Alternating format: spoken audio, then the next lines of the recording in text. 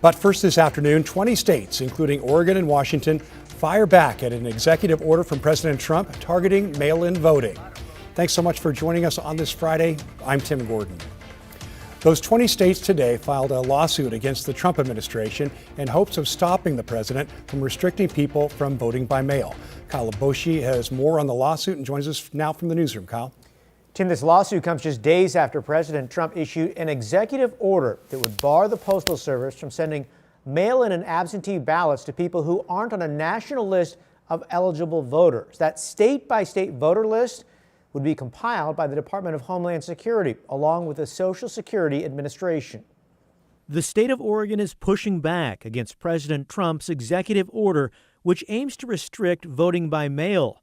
On Friday, more than 20 states filed a lawsuit against the Trump administration, arguing the directive is unconstitutional. The reality is this: the president has not and never will have the power to regulate elections here in the United States of America. Earlier this week, the president signed the executive order outlining new rules for voting by mail, which directs the federal government to review voter roll data across the country to verify eligibility.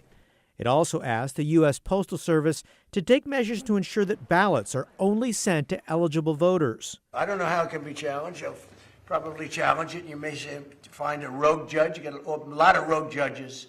Very bad people, very bad judges. Oregon pioneered vote by mail in the mid-1990s, eventually becoming the first state to conduct all elections by mail, and now has some of the highest voter turnout rates in the country. In Oregon for 30 years, the Postal Service is a way that Oregonians have gotten access to the ballot. The federal government is threatening to make the Postal Service a gatekeeper. The president's order also lays out specific requirements for mail ballot envelopes, including requiring them to have a unique barcode for tracking.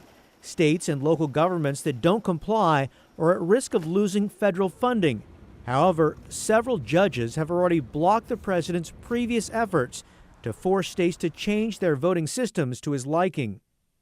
Voting rights advocacy groups, including the League of Women Voters and the ACLU, have also filed similar lawsuits to stop the latest executive order.